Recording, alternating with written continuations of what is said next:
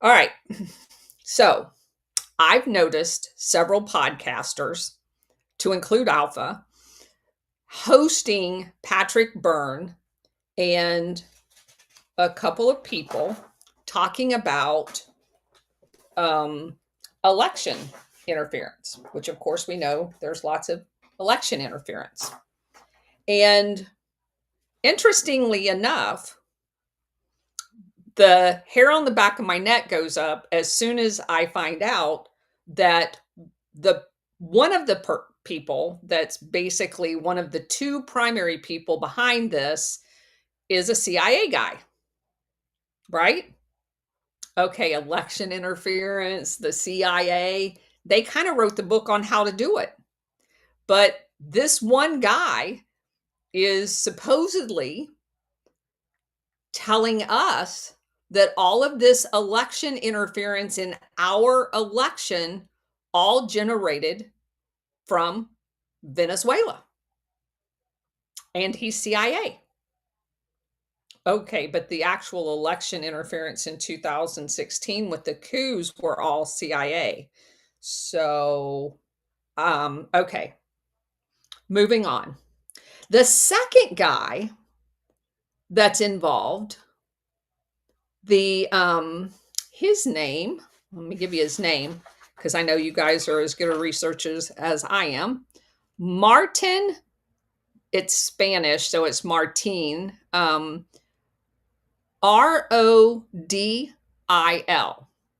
Now, if you look him up, he's an expat Venezuelan who, weirdly enough, worked for the petroleum company that got nationalized, almost like that other guy that was the petroleum company's attorney turn expat turn coup plotter. Yeah, so Rodil came to the United States and was part of, there's a lot of overlap between him and all of the people Anya covered in her book. A lot of overlap. The Lopez Leopoldo guy, all of them. They're all in the same community. Okay.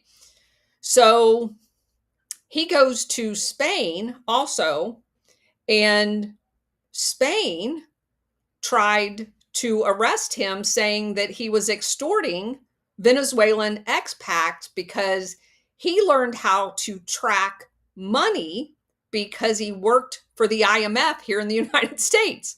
So, okay, that's two strikes. He worked for the IMF, supposedly doing money laundering, and he worked for the non-nationalized petroleum company in Venezuela before it was nationalized. And then he's over in Spain getting arrested. But they covered that in the Laura Logan interview because at the end, out of the blue, they just say that Spain is basically lock, stock, and barrel bought by Venezuela. But what? Yeah, they own the entire Spanish government. And you would be kind of puzzled with them saying that, just generally saying that, until you do the research on this Martin Radul guy. And it makes perfect sense that they would say that because he was arrested for extorting Venezuelan expats. So, in order to cover that part of the story, you got to kind of say the whole Spanish government is under the control of the Venezuelan government. Okay. All right. Crazy, but they said it. That's actually in the video. All right. So, the other guy that's actually being interviewed by Laura Logan in the video is a guy by the name of Ralph Pazzulo. Now, Ralph just seems like any other editor that would be working on, following this CIA guy and this expat Venezuela guy, supposedly uncovering all of this election fraud that all goes back to Venezuela. So they've been in Switzerland, Patrick Burns paying for the whole thing. And we've just got this journalist, author, that's tootling around with them, recording everything, kind of like the guy did in the book about syntax. Okay, the Underground Empire. Okay, that's legitimate. Towards the end of the show, Laura Logan has them talk a little bit about themselves. Well, as soon as Mr. Pazula, whatever you say his name is, started talking, my ears perked up. Because you know what he told us? He told us that his dad was a Foreign Service officer who worked for the CIA, well, State Department. You know, they're the same thing. Okay, so he worked for the State Department. But then he said something very interesting. I'm going to call it an unforced error. He said that while he was growing up, even when he was very young, his dad, who lived all over the world, because he's a Foreign Service officer, would come home and seek this child's input. That he would just basically come in and tell his child everything that he did for the day, and that they would have lots of in-depth conversations about the things that the dad was doing. Okay, that's very interesting. So because I'm now naturally suspect of every single person in the State Department, because they don't operate independently of the CIA like most people think they do. So what did I do? I immediately went to look up his dad. And wouldn't you know, I'm going to try to find it here real quick. My computer's not, hold on just a second. Let me see if I can find it on my Grok history, because it's going to knock your socks off. All right. Okay, here it is. Let's go look at his dad's history and when it happened. Okay. 1965 to 67, his dad's in Bolivia. What's going on in Bolivia? Oh, Che Guevara was there. And that's when the CIA was trying to overthrow Bolivia. No big deal. All right. He leaves Bolivia. Now, keep in mind, this is when they're setting up the Crystal Triangle. So Bolivia is where they plant the plants, right? He leaves Bolivia and goes to Colombia. You know where they're going to set up all of the cocaine labs? Yeah, that's where he went.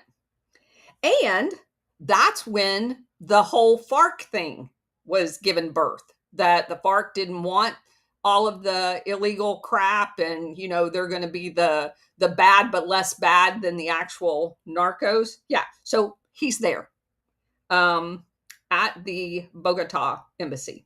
So he leaves there, and weirdly enough, in 1969, he goes to Guatemala. Oh, what's going on in Guatemala? Oh my God, that's where they're setting up all of the counterinsurgency shit that they're going to use all over, to include the continuation of the attacks on Cuba, all launched out of Guatemala. So he's there for that. And then, really weirdly, in the immediate aftermath of the Chilean government overthrow in 1973, this guy shows up in Uruguay. You remember Uruguay, where our cop from Richmond, Dan Mediarone, went to set up the Office of Public Safety, USAID, CIA, torture, kidnapping, assassination program? Yeah, same time. They were there at the same time. Isn't that weird? Okay. And this kid is going around with his dad to all of these places, and supposedly just offers up out of the blue that his dad comes home and tells him about all the shit he does every day. probably not realizing we know all of this stuff. All right. So then he leaves Uruguay with dead bodies everywhere and goes to Nicaragua. Yeah, Somoza. When the Sandinistas are fighting Somoza for control of Nicaragua. And then he leaves there and goes back to Guatemala as the ambassador at the height of Guatemala murdering people and their assassination squad. Because, we started it back here when he was there before, and it's at its height now. Because they're under a CIA installed dictatorship. The prisons have all been built. The assassinations are happening.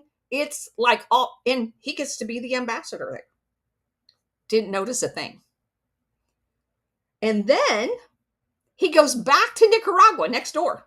Like, I'm launching Contra attacks into Nicaragua while I'm the ambassador in Guatemala. And then I'm going to go to Nicaragua and be the ambassador there during the surrender of Somoza once they had the election and voted in the Sandinista government. That's his dad. Okay. So he's not just some random author going around nefariously writing in his notebook about stuff he knows nothing about. So the CIA guy and this author, whose dad I just described to you, who he says in his own words, his dad shared his work with him, is writing a book about election interference and blaming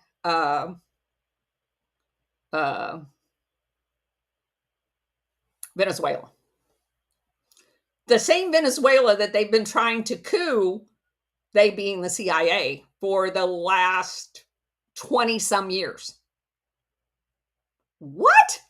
Yeah. Okay.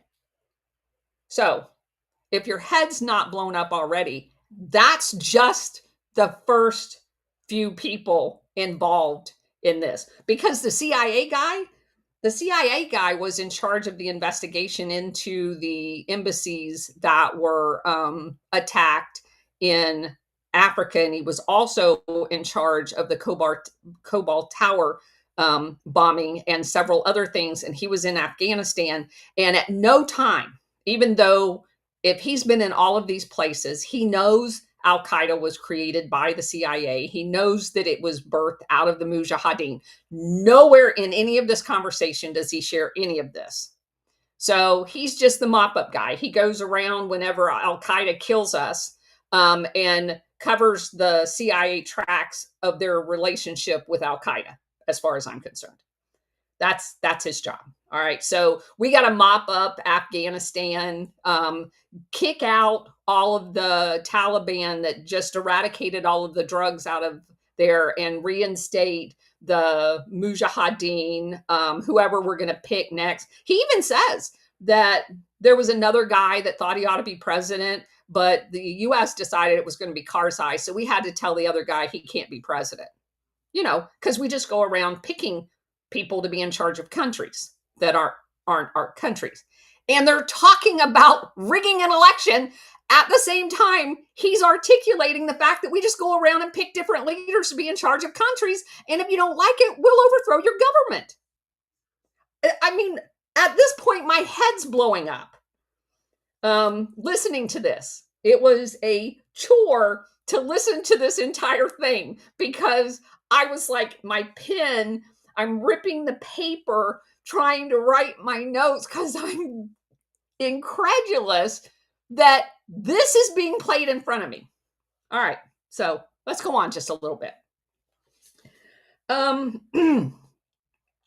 So of course they want to tell us that Smartmatic was created in Venezuela, except that it was incorporated in Boca Raton, Florida. It was registered in Boca Raton, Florida.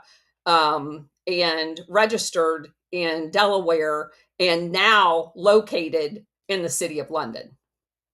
So, very interesting trek for something that Venezuela has complete control over. Admitted three of the people that were the co-founders of it are expats from Venezuela. It wasn't created in Venezuela. They went to school in Venezuela, but they left Venezuela and came here and created it. Right at the same time, the CIA had our hanging Chad thing that we were going to have to start using electronic systems. Right? Okay. I'm sure that's just a coincidental timing. All right. So then they go to extraordinary lengths telling us how closely tied Venezuela is to Cuba. And they are very closely tied because Cuba is one of the only people that will trade with Venezuela because we've economically attacked them and not allowed anybody in our realm do business, or we'll attack them too. So you're kind of forced to do business with whoever doesn't give a crap about what the U.S. says. So Chavez and Maduro has done a lot of business with Cuba. That is a true statement. Okay. And then I love this. It goes on to say that that Smartmatic is used all over the world, and it is, especially where people that the CIA wants to get in or out of office. So it says that Evo Morales, who we know the CIA hated, as well as the State Department, because he made the coca growing not illegal, but forbid the people in Bolivia to sell it to Colombia for the use of cocaine. So we just overthrew him. But they do make a point saying that he was elected with the Smartmatic machines. And they they use Nicaragua, of course, because they hate Nicaragua. And let's see. So they emphatically make the point over and over again that Smartmatic is owned by the Venezuelan government, not those three people. It seems weird that if the Venezuelan government owned Smartmatic, that they would move it to the city of London. I don't know. It just seems kind of weird. And it seems kind of weird that it would be created in Miami. But, hey, whatever. I'm sure it makes sense to them. And then they go through the whole chain of events where Smartmatic bought Sequoia, and then Dominion started using Smartmatic software, and blah, blah, blah. Okay. So let me keep going here. Then, of course, they talk at length about Cartel del Sol. Now, of course, they don't mention who funded it, trained it, and set it up, which was the CIA. That wasn't mentioned at all by Mr. CIA guy sitting there telling you this story, which is very interesting. And let's see. Then they went and said that it got so bad when they were divulging all of this information that they had to move temporarily to Switzerland because it was just awful, the pressure that they were under for outing all of this information about Venezuela when the only Venezuelans here are friendly to the US government. So I don't know who was attacking them, but whatever. Okay. Then he mentions USAID in an organization within USAID called CEPPS. Now, what's really weird about that is you and I know that USAID is actually CIA with a dress on. Okay. And They go to great lengths to say that USAID was using CEPPS to sell Smartmatic around the world, which of course in our language translates into the CIA was selling Smartmatic around the world, but they don't think you know what you know. They already know USAID has now got a stink eye on it and it's a bad guy, but they don't know that we know USAID is actually the CIA. So they're outing themselves without knowing they're outing themselves. So the CIA was going around marketing through USAID Smartmatic around the world. I was shocked. Okay, then it went off the rails. Totally off the rails. This CIA guy had the audacity to say that Venezuela is the richest country, and the people, there's like a handful, of course he never names them, that have trillions of narco dollars, more than anybody else in the entire world, in Venezuela. But he didn't stop there. None of the major narcos are in Venezuela, guys. We know where they're at. They're in Thailand, Mexico, and Colombia. We know that. We've done so much research on it. It's not Venezuela. Okay. But this is like, I think I broke my pen on this one. The CIA guy goes on and says that Venezuela is so awful that they have the world's here's his exact words. Venezuela is Costco of drugs. Flown in material is flown in from Colombia, Peru, and Bolivia. And that Venezuela is the Costco of the drug industry. Really? Not like the Colombian network that comes directly from Colombia into the United States, never going through Venezuela. And I've not found anything of substantial validation that they even have labs like they have in Colombia in Venezuela. The clear network is mapped out in every book that I've read on this subject. Is Peru and Bolivia sell the leaves to Colombia and they make the drugs, cocaine, but not according to these guys. It's all Venezuela. They're the Costco. Okay. And he went on to say that Venezuela has the world's largest torture prison system ever, and that they assassinate all of their dissidents.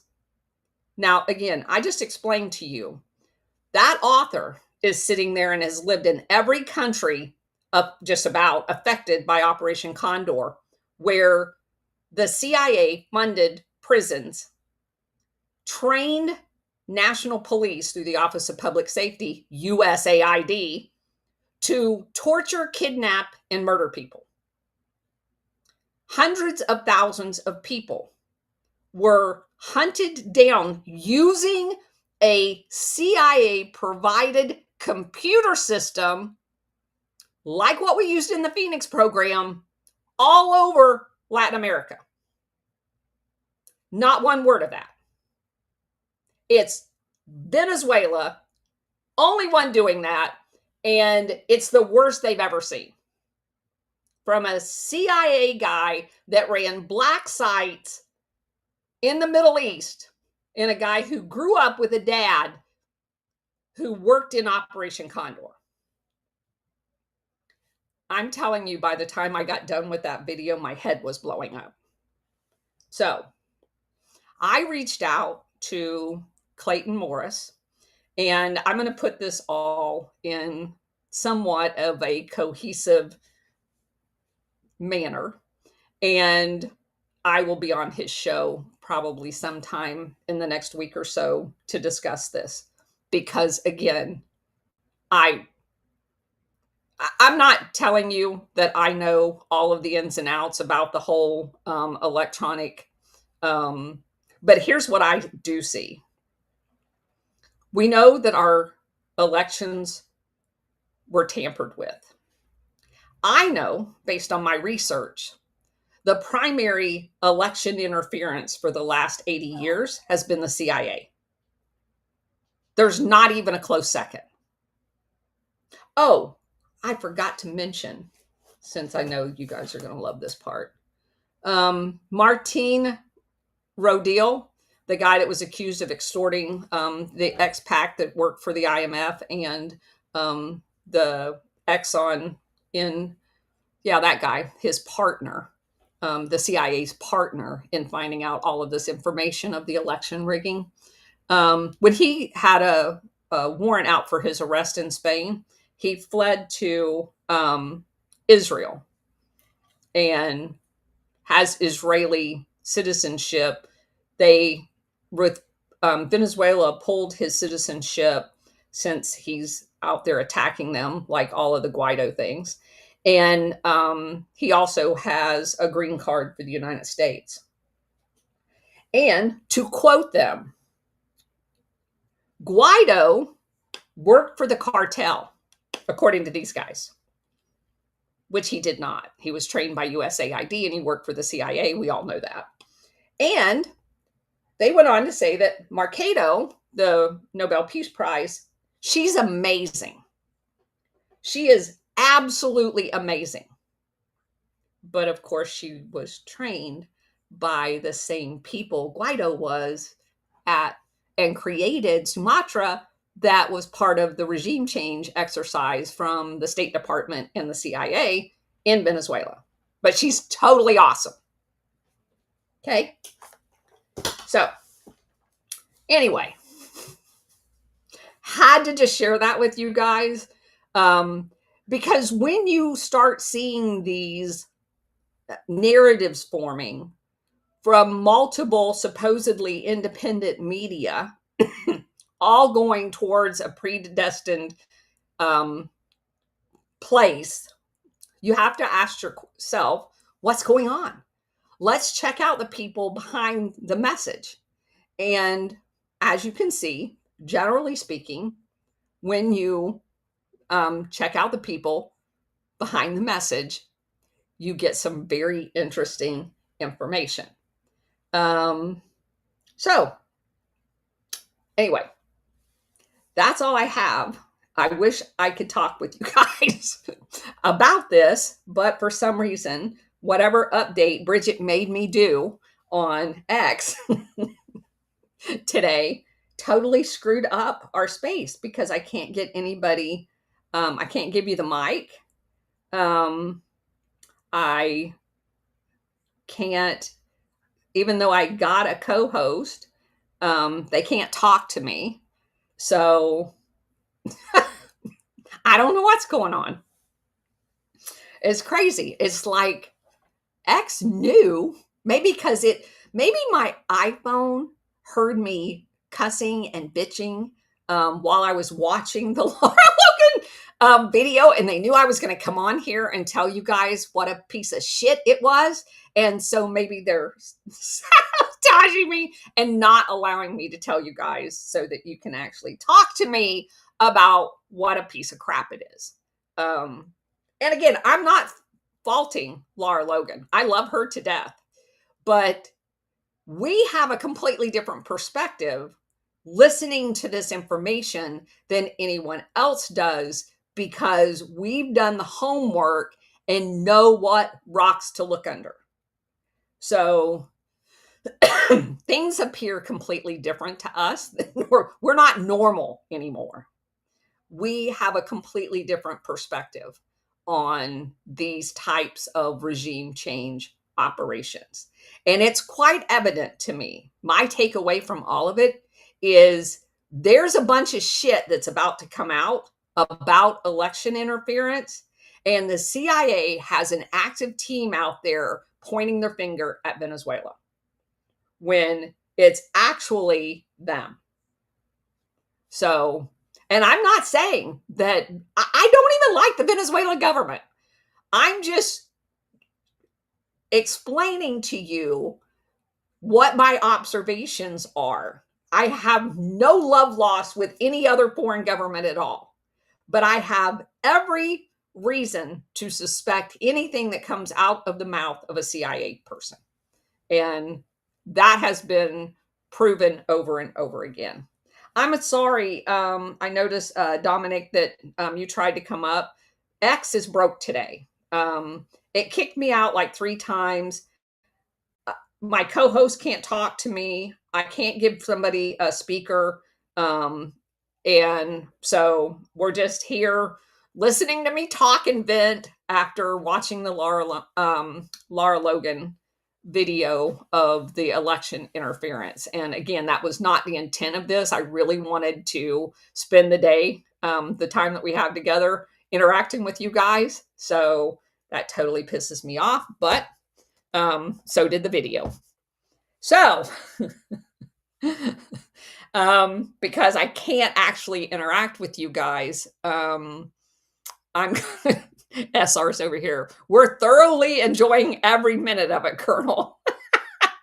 I rarely get on my soapbox anymore because so much of this has become just kind of monotonous pattern recognition.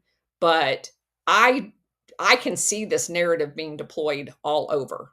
And again, the fact that several different people that I think highly of is carrying this water without looking underneath the pail is kind of, I mean, I'm not shocked by anything anymore, but it is very disappointing at this point. Very disappointing that we wouldn't pay more attention to that. But whatever. So obviously, next Wednesday's Alpha Warrior show should have some fireworks on it because I'm going to be looking at Alpha going, what the hell? Why didn't you say anything? Why didn't you call them out? Why are they using the CIA and the author whose dad was all involved in Operation Condor? And he brags about the fact that his dad consulted him while he was working on. I'm going to blow out his mind because he doesn't watch my show. So he doesn't know any of this, and I don't think I'll tell him. So we'll have a whole interesting show next Wednesday when I'm dressing down the Marine Sergeant about his show. But anyway, okay. I just want to wish you guys all a very happy Thanksgiving, and I don't know what my schedule is. I'll just be perfectly honest with you. My daughter's flying in tonight from Austin. She'll be here until Saturday night. If I can sneak away and do a show or two, I will.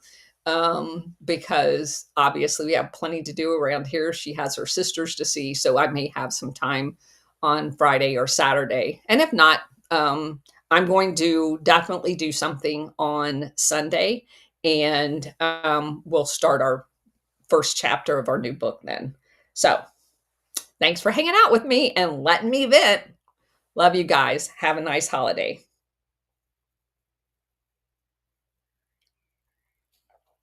All right. So frustrating. Thank you guys for being here. Everybody have a nice holiday.